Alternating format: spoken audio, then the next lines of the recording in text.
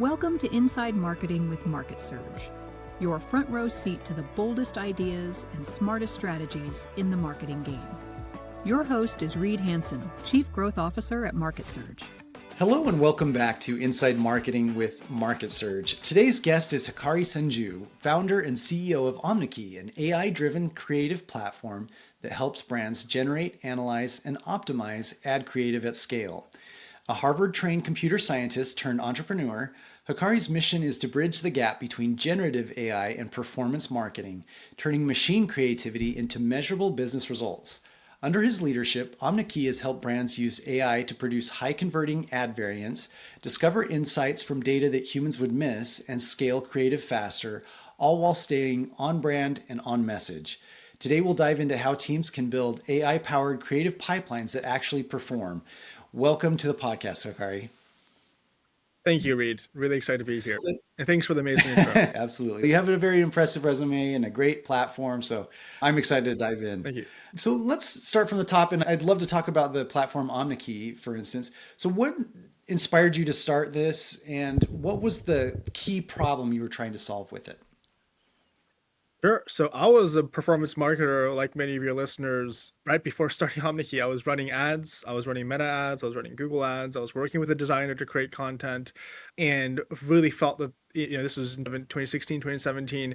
I really felt like it was broken. The system was broken. There's that famous Watermaker quote, which is, I know my marketing is working. I just don't know which half of my marketing is working. And so it felt true today more than ever, or back then more than ever.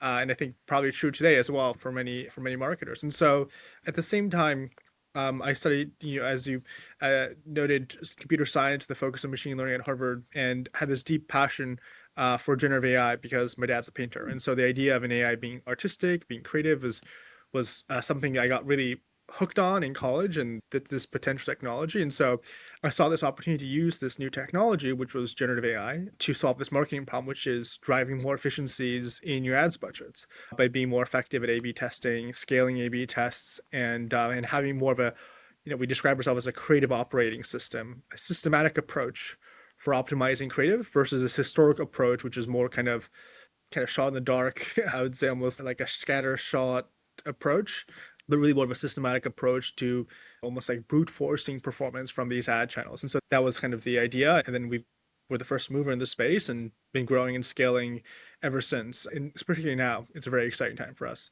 We're growing faster than we've ever done before. Absolutely. I think generative AI can be a little controversial. And I think your unique background as son of a painter, I think you're probably more aware of this than most.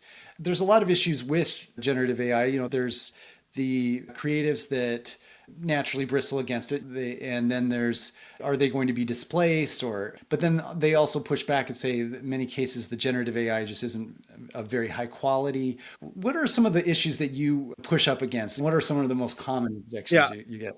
Sure, for sure. So I've heard every single, we've been operating this company for many years, and so I've definitely heard every single feedback possible regarding generative creative. I think it's really changed this year. 2025 was the year where I would say AI became maybe as good as the average designer. Maybe the quality of the ads that these models are generating, the quality of the designs, the graphic designs that these models are generating is almost indecipherable from a human creating this content themselves. And I think, particularly if you're a small business owner and you maybe can't hire a designer, or you can't hire many designers, or even if you're a performance marketer and you need to create that volume of creative needed nowadays for driving performance in your ad campaigns. Meta recently updated their algorithm to Andromeda, and now it's all about creative testing and creative journeys. And most marketing teams just aren't staffed sufficiently to produce that volume and diversity of creative content. AI really is a lifesaver for them, because how else are you going to produce the volume of creative you need to deliver performance in your marketing? And so I think it really does solve a really critical problem for marketers.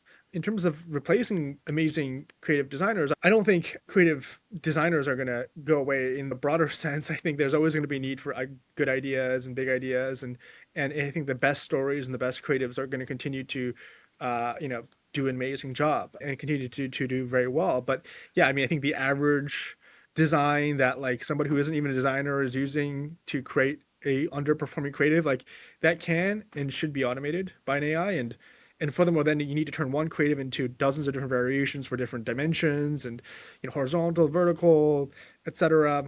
Image, video, you need to format it for Reddit, you need to format it for TikTok, you need to format it for Instagram and YouTube. I mean, all this kind of grunt work that probably isn't the best use of a human creator anyway, and a human creative person should be automated. And so I think it's going to let people focus on the areas that they're strong in, which is inspiration, and the grunt work is going to be automated more and more. That's a great explanation.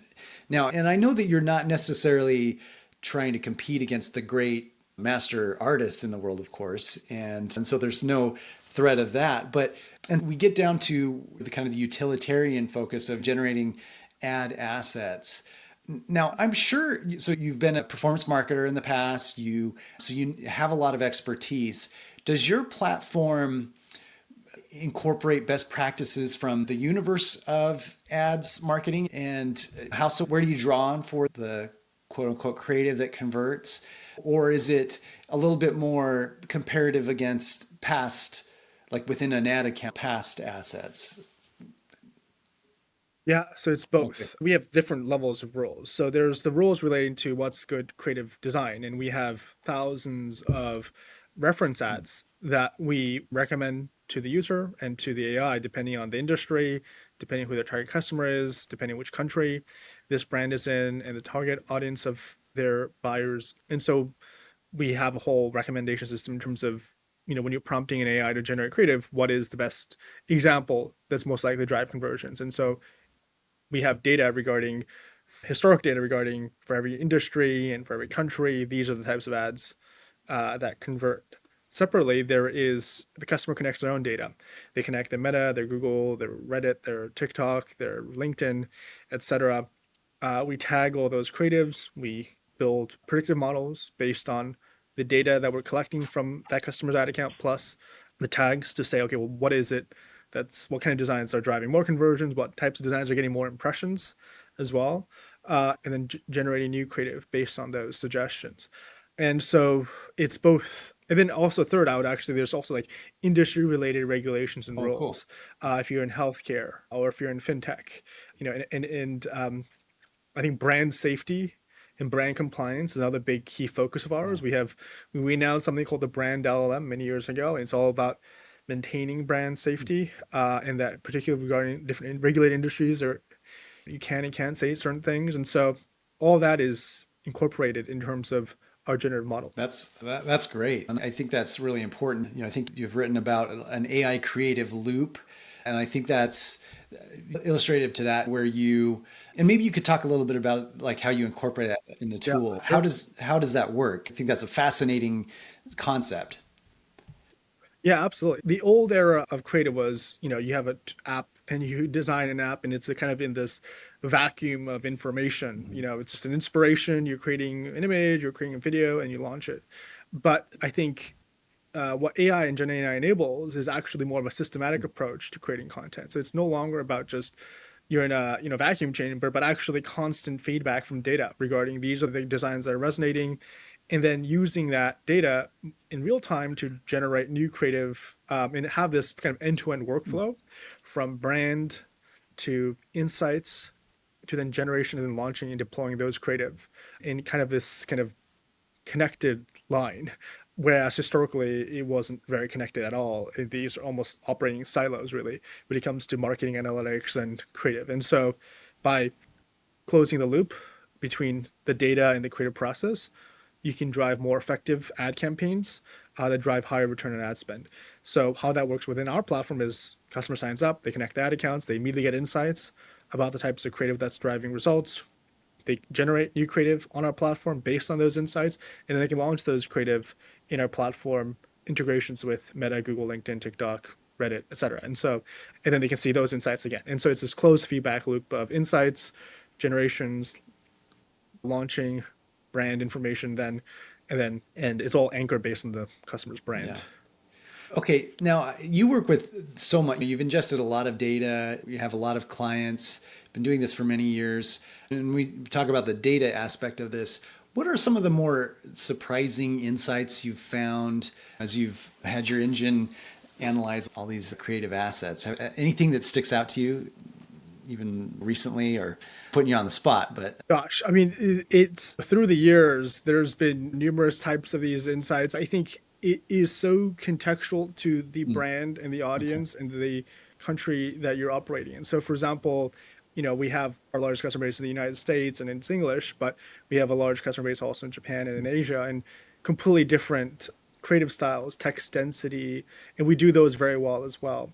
And it's based again on just letting the AI automate based on the data and suggesting its own reference ads. Yeah, I mean, it's really more of it's so contextual depending on the customer that I'm not sure if there's a specific takeaway, but many years ago, for example, it was like the Learn More CTA was one of the best performing CTAs out of any of the CTAs. But yeah, also these algorithms are constantly changing as well. Yeah. So let's maybe zoom out a little bit. I'd love to, considering your position in the marketplace, AI is just like such a compelling topic overall, but generative AI is a nice little subsection of it. I guess my primary experience with generative AI started with Jasper. I don't know if you're familiar with that platform, Yeah. generating blogs 3-4 years ago, just was barely passable or barely legible at the first, and has greatly improved, of course. And now there's so many other systems and platforms that are doing that. I have less experience in creating visual assets, but tell us a little bit about what are some of the interesting generative AI trends that marketers or business owners should be looking at, paying attention to, that are going to be more important coming in the future. Yeah. I remember Jasper very well. We had also a copy generation tool powered by GPT-3, and even before GPT-3, we were also an OpenAI beta partner for GPT-3 before it launched. Nice. Definitely, it was very impressive growth at the time. I think at some point Jasper was one of OpenAI's largest customers, but since then things have changed.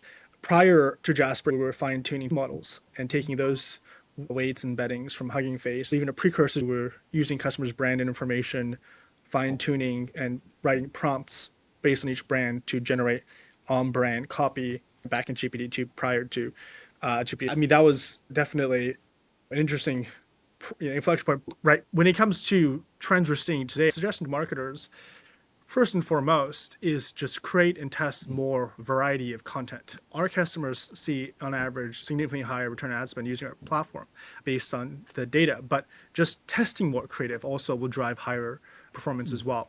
The new update in particular is all about the sequence of creative and life cycle of that user journey, and it's about showcasing a different, in many ways, the algorithm is A/B testing different sequences of creative to show a potential buyer to have them convert. And so one is, there's a couple of metrics here. One is, the average conversion takes about 7 touch points.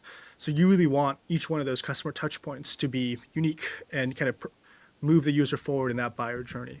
2, the metric is if a user sees the same creative more than 4 times, conversion rates didn't decrease by about 50%. Oh, wow. And so in those 7 impressions, that you're giving that user, if you're showing the same ad more than 4 times, you're lowering your return on ad spend. And so just having, at least a dozen ads in your ad set to start with, so that a customer can have each, unique touch point for every single one of those 7 impressions is going to dramatically improve your return on ad spend. But then, after that, then it's about, well, how do I create new creative to test, and how do I have a systematic approach? I'm not just throwing random stuff up there, but incrementally improving the creative content. And that's really where the data loop comes in, as well as transferring insights from other ad accounts. Because I think, I run our performance marketing today at Omniki, and the performance of, Meta, Google, Reddit, TikTok, LinkedIn, et cetera, changes so much week by week, month by month. And so I'm constantly shifting budgets across platforms as well, depending on where we're seeing performance. And so being able to transfer those insights across platforms is also so important as well. So therefore, that omni-channel approach for marketers, I think, is the other key thing. So 1 is volume of creative, and then 2 is variety and diversity of channels you're advertising on is more important than ever, as there's more options than ever for advertisers to run media on, but also as the advertising ecosystem gets more volatile and competitive. So I've got a thought in my head, but I'm trying to think of a good way to ask it, because one of the issues with AI generative content is sometimes people can tell that it's AI generated. And that's one factor. Can they tell or not? But then the other factor is, do they care or not? And do you find that those two factors, like a cultural tolerance for either being able to spot AI generated content or being concerned with it or embracing it, tell us a little bit about how those factors affect how you generate ad creative. Sure. First is, I think you can go to our homepage, you can see the ads are being generated by our customers, you can sign up and start generating ads. The ads that we're generating, it's very hard to differentiate that it was AI generated. They look like it was a real photo shoot, a real, not AI generated. So I think that line is almost indistinguishable now between AI and human created. Like when it comes to graphic design, it's almost indistinguishable. Not 100% of the time, but if you create enough, definitely a substantial percentage of the ads that you're generating on our tool is indistinguishable from human created content. So that's that. And then the second thing is, I think, related to, advertising. A lot of it is about trust and authenticity. That's what your brand building is. Our brand is essentially a symbol of trust. If your brand is about innovation and AI, then that could work. If you're trying to make your brand seem cool and edgy, even if it's obviously AI generated, that still adds extra kudos to your brand because it seems like you're trying new things. And I think consumers appreciate when their brands innovate, if that's kind of the domain. So like if Coca-Cola is testing out new AI things, or if the NBA is, I think that's cool. But if it might, I don't know, the company that does like my surgery is doing AI generated content, maybe, a little bit more, it depends, right, on the context. And so one thing we're seeing also this is, again, because related to Japan is this, which is, again, somewhat of a smaller percentage of our revenue comes from there, but, they're not even generating, like, it's all cartoon and animated stuff. So in that realm, it is indistinguishable because these are all cartoon characters that are being generated and they're running those ads. And when it comes to that kind of stuff, it is 100% distinguishable. And so, I think it also depends on like the cultural context and rules and regulations of that country, where we're seeing maybe a little bit more of an innovative approach to using AI generated ads by large enterprises in the wild, and maybe more of a, depending on the industry, a bit more of a conservative approach when it comes to embracing this technology. Wow. Interesting. I love talking to people that work in this space like you, and I think this has been a really interesting conversation. I would love to point people to Omnekey. Where can people find it? Where are the best places to follow you for thought leadership, and where are the best platforms to find you? Yeah, you can search for us on Google, Omneky, Omnekey, or omneki.com. You can also probably just spell Omnekey. It'll probably send you to the right place. You can follow us on LinkedIn. You can follow me on LinkedIn, where I post some thought leadership content, our Instagram, our Facebook, our Twitter, X. You can actually join our Reddit sub-channel as well. You can follow us on YouTube. And then you can sign up for a free trial on our account. So omneki.com, 7-day free trial. You can see the tool for yourself. I think that our product is a lot better than our competitors. I think we generate higher quality ads than our competitors. I think we provide better insights than any of our competitors. I think we have a better workflow product in the ease of use of generating, editing, and launching better than our competitors. I would just try yourself for free for 7 days and make the call yourself. Awesome. That looks like a great tool. I've signed up for the trial. I'm very excited about it. Please reach out. This was so great to have you on the podcast. Thanks for joining, Hikari. Want to stay ahead of what's actually working in marketing right now? Head over to MarketSurge.io and see how we're helping businesses grow smarter, faster, and louder. That's MarketSurge.io, because your next breakthrough shouldn't be a guess.